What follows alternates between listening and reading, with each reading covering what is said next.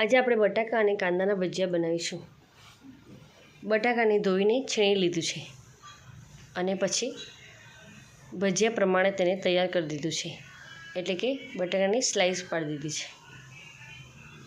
પછી અહીંયા મેં કાંદો પણ છીણીને સુધારી દીધો છે। એને મેં 2 ફાળ પાડીને પતલી પતલી સ્લાઈસ જેવી સુધારી છે અને કાંદાના ભજીયાને હાથેથી થોડા છૂટા પાડી દીધા છે। પછી તેમાં મીઠું અને મરચું નાખીને થોડીક વાર રાખવા દીધું છે, એટલે એમાંથી પાણી છૂટી જશે। 5-10 મિનિટ પછી તેમાં મેં ચણાનો લોટ નાખી દીધો છે।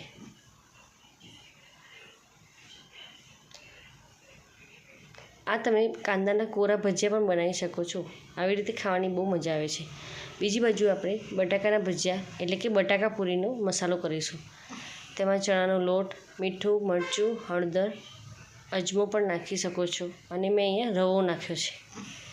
રવો નાખવાથી પૂરી થોડી ક્રિસ્પી થાય છે અને મેં એમાં 2 ચમચી ગરમ તેલ નાખ્યું છે। હવે બટાકાના ભજીયા એટલે કે બટાકા પૂરી આપણે તળી લેવી।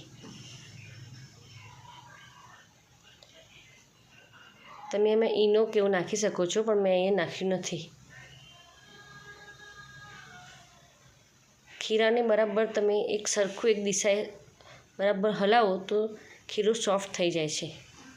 એવી જ રીતે મેં કાંદાના ભજીયા છૂટા છૂટા કડાઈમાં તળી દીધા,